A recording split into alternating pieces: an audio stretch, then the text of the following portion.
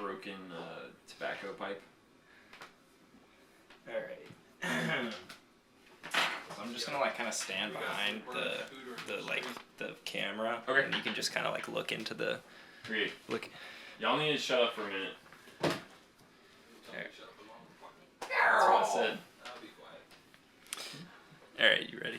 Yeah. And like none of them are gonna be like really personal questions, but if you don't want to answer a question, you don't have to. You can be like, fuck I'm that. deeply offended by that question. Alright. What is your name? My name is Eric Fahrenthold. Do you have any sponsors? Yeah, I ride for Wild Monkey Racing. It's a board company out of Pennsylvania. Alright, so when did you start skating? I started skating my junior year of high school. I think I was 16 or 17 at the time. So that would be 2006. And that's when my sister got me a board for my birthday. And that's when I started. Alright, did you have an early memorable experience? Like, did you know that you knew you would enjoy skating? I remember my sister got me like this shitty like Crown pintail. Like it was stock. It had like terrible trucks and terrible wheels. And then I bought a pair of gloves like, a week after that, a month after that or something like that. And there's a hill right down the street from me that's like this rinky-dink tiny little hill. And I remember skating down it and feeling like sheer terror course through my body as like this terrible skateboard couldn't even handle this hill. And, or I couldn't handle this hill. And I think that was a moment where I really was like, I want to start doing this more. Nice. Were your parents accepting of you skating at first? Yeah, well, because prior to that, I didn't have like a hobby or anything. I just like played video games for just hours and hours and hours. So like the idea that I was getting out of my house and like seeing sunlight was like pretty novel to them. So they were down with it. Rad. Alright, I'm gonna change. We have to change the camera angle, and I'm just not gonna stop filming. So I'm gonna get really close to your face, and I don't care if you are uncomfortable. It's not what this is about. No. I should have shaved. Yeah, dude. They actually took me to my first races when I was a lot younger.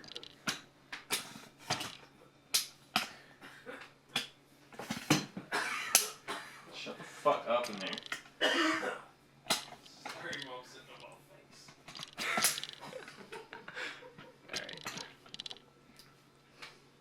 Okay.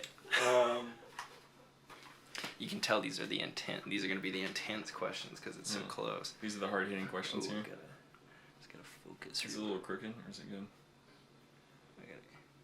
Whoa, dude, that doesn't do anything. I'm very confused right now. All right. Can you describe your worst crash? Or just a really bad crash, not like... Yeah.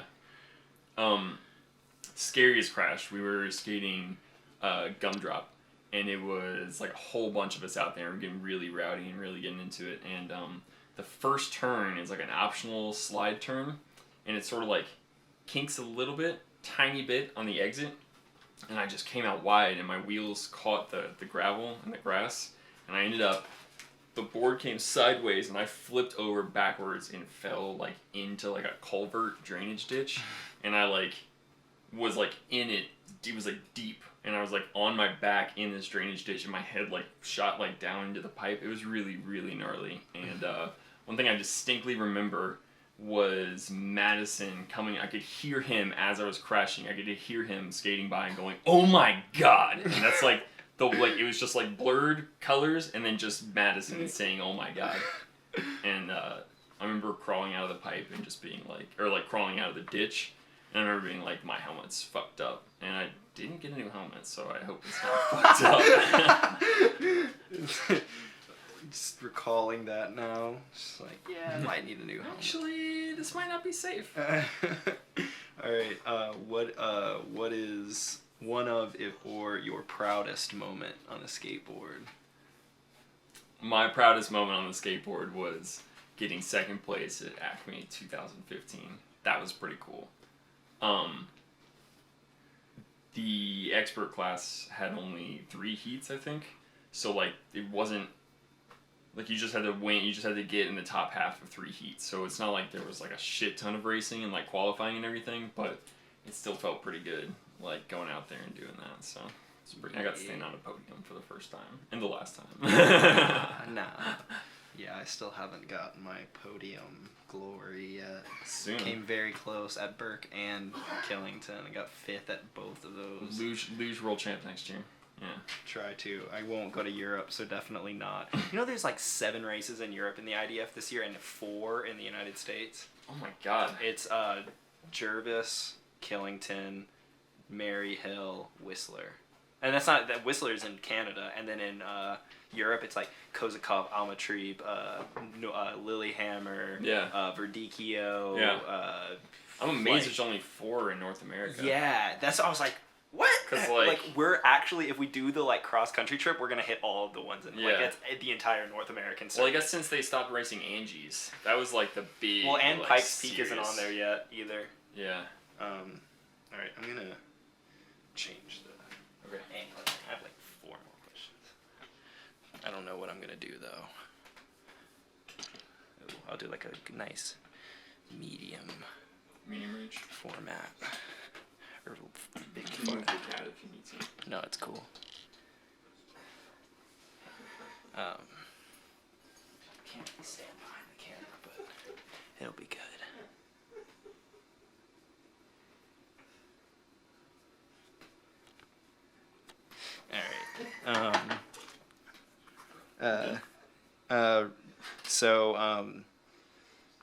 I guess I kind of already asked part of this question, so you don't have to answer that. It's what's your best moment and like what are your favorite races to go to? Well, I got to go. It wasn't. Well, I guess favorite race would probably have to be Mount Jefferson, only because that's like a great course and it's kind of like a project that I put in a lot of work into. So it's cool to see like the final outcome of it. But I went to the Maryhill Freeride last year, so not a race, but an event, and that was really, really sweet. That was just like 2 days of just nonstop, like, 15, 20 runs a day on Maryhill, which was like bucket list items, so that was really sweet.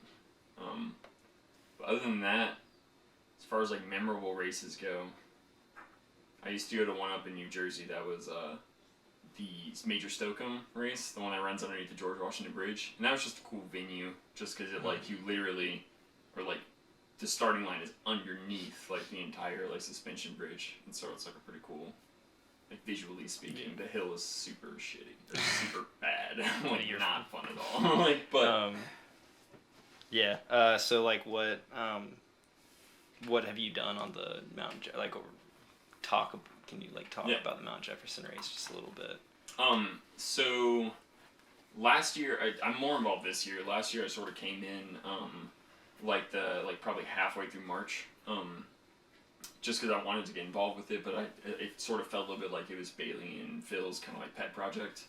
And I didn't want to like intrude on that and feel like I was, taking, like if they wanted to do the whole thing, then I wanted them to get the opportunity to do the whole thing. But this year, we got like a whole team together. It's Suze and Madison. Sue's the treasurer. Madison is just there. Phil's like, local liaison. Bailey's the visionary. And I do the website. And I'm like, it's just the website. I make some phone calls sometimes. But this year I was different because with the website we set up registration through the website and did a lot of, we're doing more marketing on the website this year than last year where we used this company called Eventbrite, and that had its drawbacks, but we just figured this year to do it all homebrew.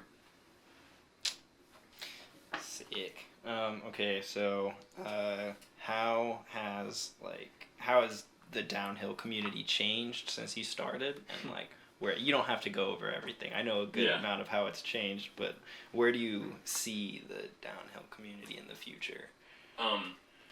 Well, one thing that I think is really interesting that's changing now is like, I've noticed it a lot more. I've noticed a lot of discussions about it recently because it feels like people are starting to get away from like hardcore racing. Whereas I felt like if you rewind like 2 or 3 years, even as short, like, even last year, but like you could kind of see it started to change. But like 2 years ago, every event was like, practice day, race day. That's it, period, right? No, they didn't do free rides necessarily.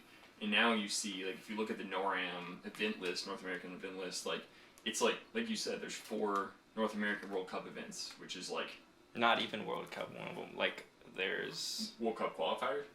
Okay, no, there's... Right? Yeah, there's only one qualifier. Yeah, it's Whistler, Killington, and Maryhill. No, Maryhill's a World Qualifier this year. It's not even a World Cup. But, yeah. It just feels weird because I just felt like... I felt like for so long, like, racing was like the elite circle. Like, that's like, you know, you skated and you could be good, but like when you started racing, that's when it got real, right? But now so much of it's just like you have events like Burke where you have like some of the most talented skaters in the entire world. They're not even going there to race, you know, they're just going there because it's gnarly and because it's, I don't know. All right, and the final, the kicker. Why do you skate? And you can qualify, you know, however you want. Like, what does it do for you? Just like, I think personally, one thing I love about it is that it's like meditative. It's like when you're skating, like you're not thinking about anything else. You just go out there, and it's like. Last year I started working, like I graduated college and I started working like a 9-to-5 sort of deal, and like that can be really stressful. So it's like you get that one session in on the weekend, or like, you know, you get lucky and you get off work early and like you have that session during the week, and it just is like a cleansing sort of experience. It's really that's the personal aspect that I love most about it. As far as like you know, enriching sort of aspect of it is like you get to travel all over. Like I've traveled all over the country now. I've been really fortunate to be able to do stuff like that. Like I went to Colorado and stayed with the team right from Wild Monkey. So, you know, that whole trip was like pretty skate themed, and then like, you know, I got to go out to Washington and skate there, and I got to go up to New Jersey and skate there, and it's like everywhere you go there's just like this automatic close-knit group of everybody like who skates. I mean, if there's douchebags there, there's douchebags everywhere, but like for the most part everyone's really cool, everybody's really welcoming, and like you just sort of have an automatic friend group, and at the very least you can talk about skateboarding. So that's the best part, for sure. Sick. Yeah. All right, that's all I got.